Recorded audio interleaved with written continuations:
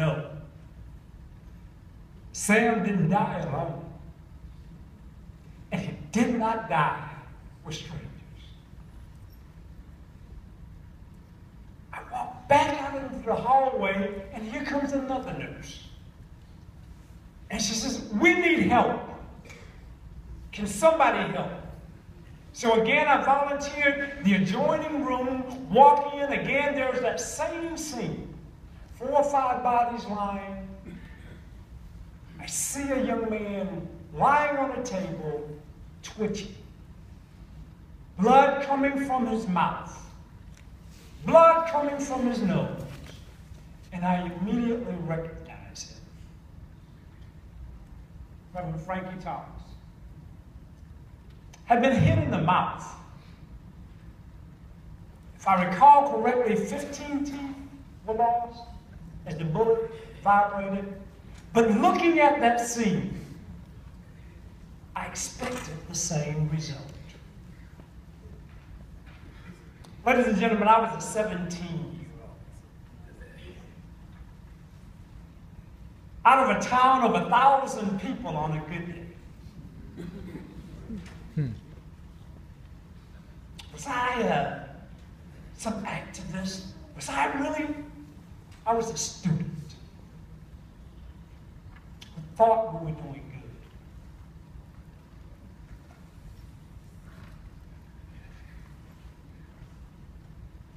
If you would indulge me for a moment.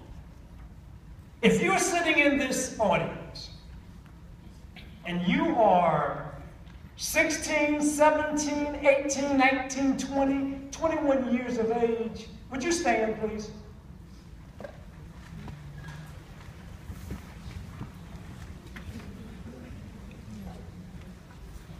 Folks, look at their faces. Look at it.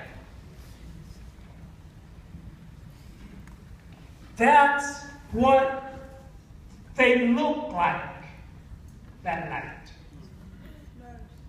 It wasn't a bunch of old folks. Let me see. Thank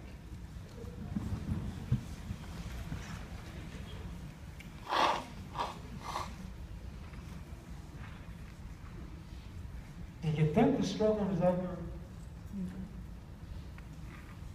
Young folks, I stand here today telling you, you have work to do. Amen.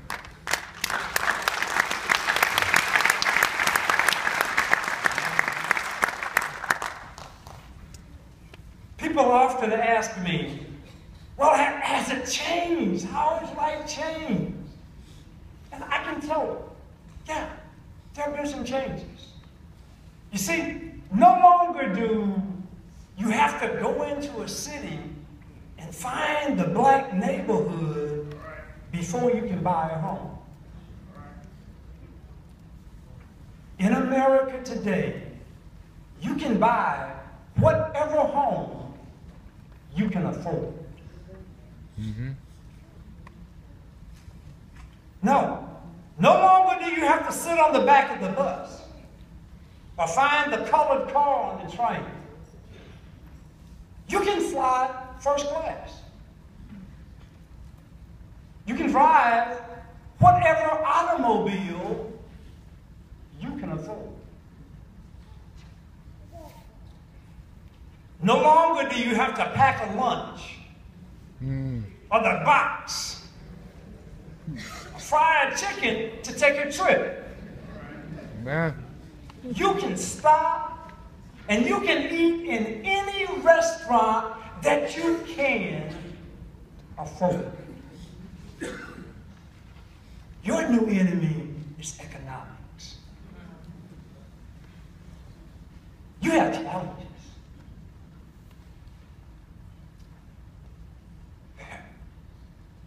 It is amazing to me that in many areas of this country, secondary schools are as segregated as they were when I was in school. That's right.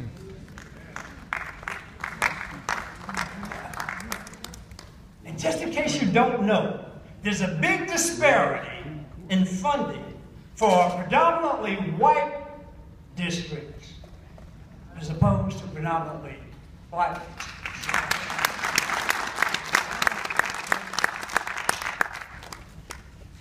Young people, it's economics.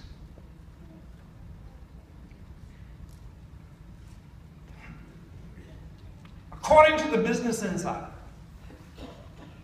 white households in America are worth 12.9 times more than the average black household. Not 12.9%, 12.9 times as much. That figure has risen almost 3% during the Obama administration. It's economics. Folks, I hate to tell you, young people, education is a requirement, but education is not enough.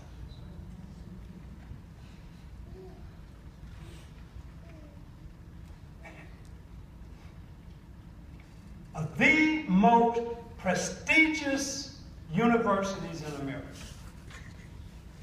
when we look at graduation, people in what is becoming one of the highest paid fields in America, the tech field, our universities are graduating blacks at a rate of 4.5%.